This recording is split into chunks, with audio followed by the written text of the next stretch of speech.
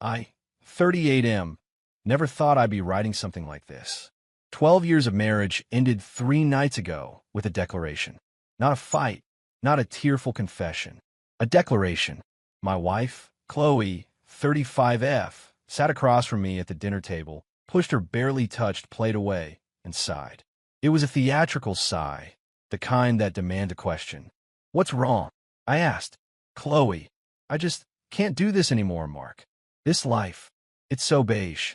I deserve better than this boring life with you. I remember just staring at her, trying to process it. We weren't struggling. We had a nice house, 2 cars, and what I thought was a comfortable, stable life. Boring? Maybe, but I thought it was a good boring. The kind you build on. Me, you deserve better, I repeated. It wasn't a question. Qley, yes. I need passion, excitement. I'm wasting my best years. I want a divorce. There it was. For a second, my chest felt tight. But then something else kicked in. A strange, cold calm. She wasn't sad. She was expectant, like she had ordered a different meal and was waiting for the waiter to fix the mistake. Me, you absolutely do, I said. Her face flickered with surprise. I think she expected begging. You deserve the life you want. Let's make that happen. The next morning, while she was out, probably telling her sister, Lisa, how brave she was, I started making it happen. I didn't get angry. I got organized. Step 1. Lawyer up. I called a highly recommended family law attorney. I explained the situation, her exact words. He gave me some immediate, clear advice. Don't move out. Don't make any large financial moves. Document everything. Step 2. The spreadsheet of truth.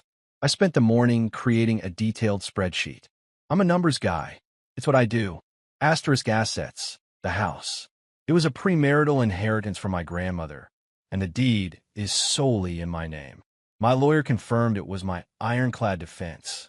My investment portfolio? Same deal.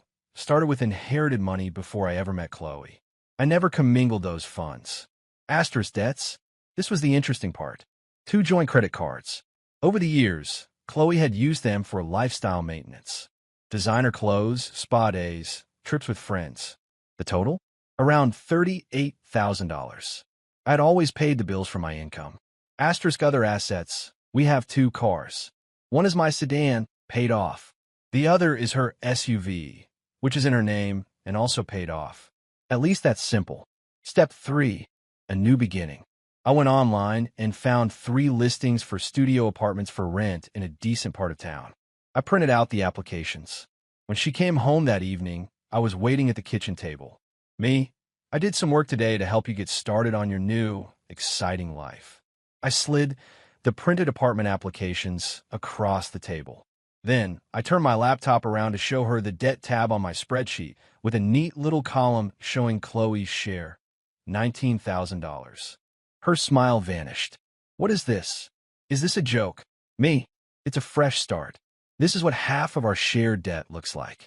The house and my investments are non-marital assets, legally speaking. My lawyer confirmed it. This debt, however, is ours to split. She just stared, speechless. For the first time, a flicker of panic in her eyes.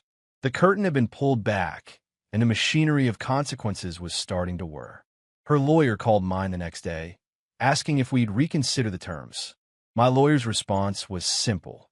The only terms being considered are the ones dictated by state law. We suggest your client gets a handle on her budget. Update 1. The entitlement escalates. It's been 2 weeks since Qley moved in with her sister, Lisa, 37F, and the fallout has been predictable. Her call after stewing over the spreadsheet for a day was spirited. Qley, you expect me to pay $19,000. Are you insane, Mark? That's financial abuse. Me, it's half of the debt accumulated on joint cards, Qley. I have the statements. The handbag store, the resort spa, the weekly lunches, that was your spending. Qley, that was for us. For our life. So I look good, so the house looked good. You can't just saddle me with that. Me, I'm not. The legal system will. You wanted out of the boring life. The exciting one costs money. Your money now. I could hear her sister Lisa in the background, feeding her lines. Tell him he's a monster. Then Lisa got on the phone. Lisa, I can't believe you, Mark. After everything Qley has given up for you, she supported your career by making a beautiful home. Me, a beautiful home that I own and paid for. What exactly did she give up, Lisa? She hasn't worked in a decade. Lisa, she's a creative. You're just trying to punish her for wanting to be happy. Me, I'm not punishing her. I'm granting her wish. She's free. I hung up and blocked Lisa's number. Dirty trick number 1. The concerned friend. Last Thursday, I got a call from HR. An anonymous email had been sent from a concerned friend, claiming I was showing signs of extreme stress and instability and might be a risk. It was so transparently Qley's work. She knows my job is high pressure. Thankfully, my boss knows me. I was called into a meeting and calmly explained, my wife and I are divorcing. She is not happy with the financial realities of her decision. My work has not been and will not be affected. They reviewed my activity, saw nothing, and the issue was dropped with a note about a non-credible external complaint. My lawyer loved it. He said it added to a pattern of malicious behavior. The official letter from her lawyer arrived yesterday. It demands 50% of the house's value, $5,000 a month in permanent spousal support, and for me to pay her legal fees, all based on the narrative that she was a homemaker who sacrificed her career potential. My lawyer and I drafted our response. It was short, reiterating that the assets were non-marital and we would not be offering spousal support. We attached the debt spreadsheet again for good measure. Last night, I got a text from Qley, breaking her own lawyer's only rule. Qley's text, Mark, please. I have nothing. You have everything. How is that fair? I made a mistake. Let's just go back. I took a screenshot, sent it to my lawyer, and didn't reply. There's no going back. She lit the match. Update 2, the revenge. The last month has been a slog of legal maneuvering. The four-way meeting with our lawyers was a scene. Qley sat there looking like a victim while her lawyer argued that her non-financial contributions were what allowed me to grow my marital assets. My lawyer, David, simply slid the original deed to the house across the table. The house is not a marital asset. The investment portfolio is not a marital asset. My client's 401k is. We are prepared to divide that and the $38,000 in joint debt. That is our position. It will not change. Qley actually scoffed. This is ridiculous. I decorated that house. I hosted parties there. That makes it mine too. Her lawyer visibly winced. The calls from her mother, Karen, started after that. It was a masterclass in guilt tripping. Mark, how can you do this?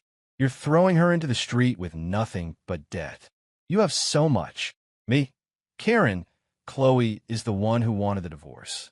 Her financial situation is a direct result of her spending habits and her decision to end our marriage. That was when I decided to stop playing defense. It was time for my revenge. Not a loud, angry revenge. A quiet, methodical one built on nothing but the truth.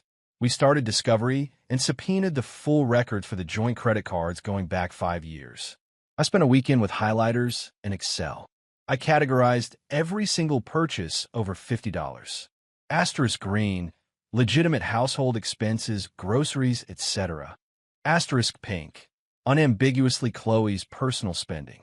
The total, $155,000. The list was staggering.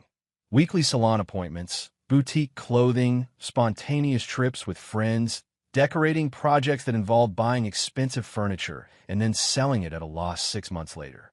All of it was paid for by my salary. We presented this new spreadsheet, complete with highlighted credit card statements, to her lawyer. It was almost 300 pages long. Our new offer was this. Asterisk, we will still divide my 401k. Her half is approximately $85,000. Asterisk, however, we are now formally classifying her $155,000 in personal spending as an advance on her share of the marital estate. Asterisk, therefore, she now owes me $70,000 to equalize the distribution. Asterisk, we will waive the $70,000 she owes me if she agrees to assume the full $38,000 in credit card debt and accept zero spousal support. It was checkmate. We weren't asking for anything that wasn't ours. We were simply recontextualizing her spending. It wasn't our lifestyle. It was her lifestyle, funded by me. The money she spent was an asset she had already taken. Her lawyer called ours 2 days later. He said his client felt attacked. David's reply was gold. The numbers don't feel counsel. They just are. Your client wanted an exciting life. It appears she's had one for years on my client's dime. This is the bill. Final update.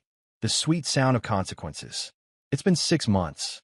The divorce was finalized last week. The quiet in my house is now a peaceful silence.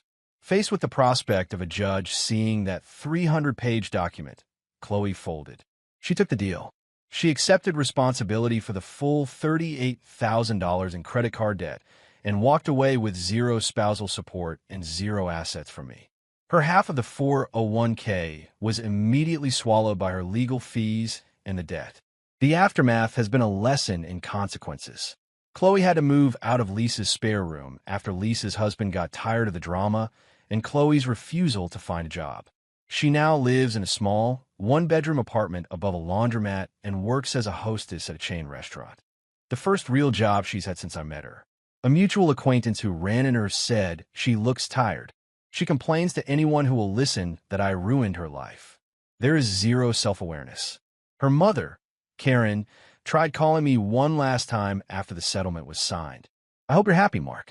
You destroyed her. I just said, she built the bomb, Karen. I just stood back. The most satisfying part wasn't one single thing. It was the cascade of logical, unavoidable consequences. It was knowing she has to work every night to pay off a credit card bill filled with the ghosts of designer bags and spa days she took for granted. I sold the house, as it held too many memories. I bought a smaller condo downtown, a space that is entirely mine. I painted the living room a deep, exciting blue, a color Qley always said was too much. Last month, I took a solo trip to a rugged, mountainous region, a place she had always vetoed as boring. Standing on a peak, looking out at the vast, beautiful landscape, I felt a sense of peace I hadn't realized I was missing. Qley wanted an exciting life. She got one. She thought better meant more luxury and more ease. She learned that better sometimes just means being on your own. She didn't just lose a husband. She lost a benefactor. She faced the direct, unavoidable consequences of her own choices, and her entitlement was a shield made of tissue paper. That's the most satisfying outcome I could ask for. Time to really move on.